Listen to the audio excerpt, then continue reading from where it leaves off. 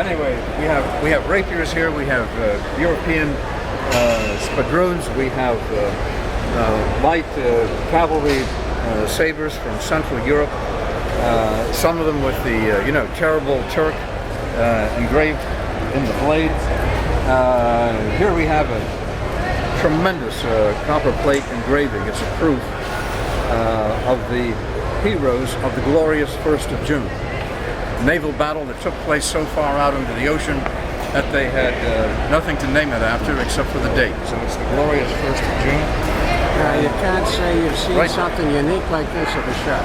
Right beneath it we have a number of English swords, light horseman's saber, spadroon, model 1786. And here is the model 1796 infantry officer's spadroon with the almost next to impossible to obtain leather scabbard.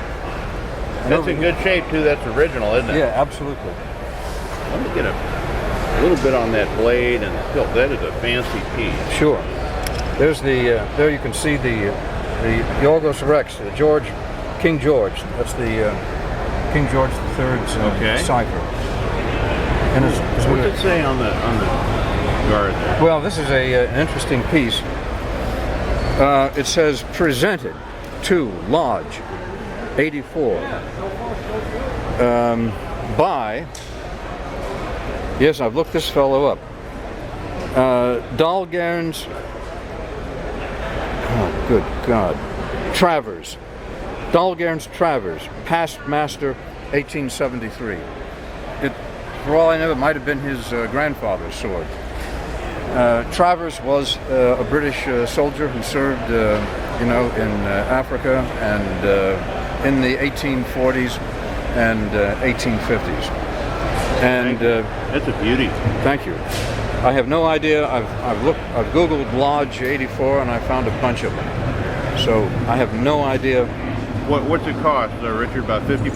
What's the tag on that? Do you mind telling us? The tag, sir, is it's a piddling $1,075. I'd pay that for it if I collected swords. I think that's a very nice If you piece. collected swords, that's what they all say. If they collected swords. Ah, well. And here are some American swords. We've already seen the eagle pommel sword, and we've looked at the pattern of 1840 and the General Staff Officer's sword. This is a nice piece. It's a horseman and drucker, a militia, dragoon saber, 1845 to 1849. Oh, okay. And over here in the case are a number of hunting swords. Here's a couteau, possibly French. Here's a French couteau with the terrible Turk on there. And terrible Turk. Now, what's the Plu? What?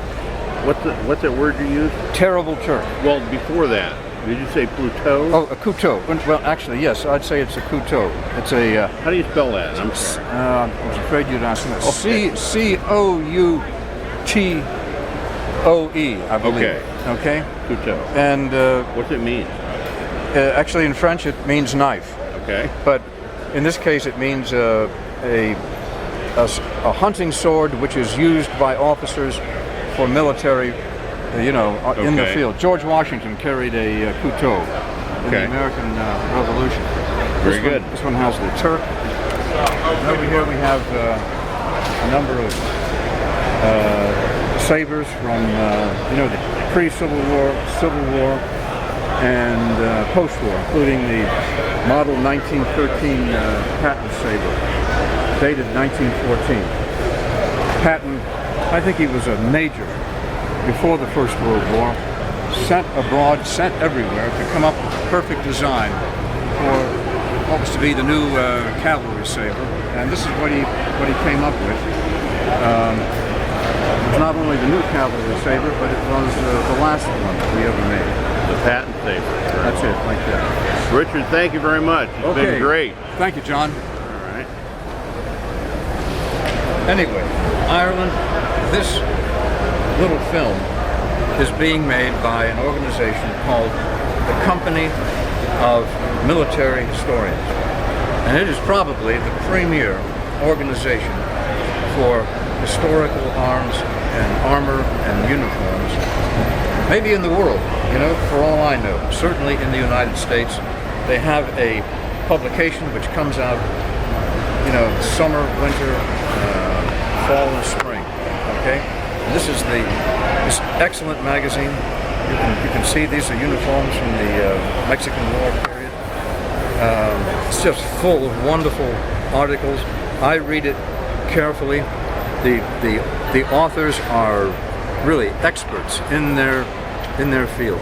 Okay, just so you know about the company of military historians, about their publication. Like now you know about the Liberty Cap, and you also know about the small sword and where it came from. Would you like to say anything? I had fun learning all of this. Oh, good. I'm really happy. Thank you both. Okay. Thank you, John.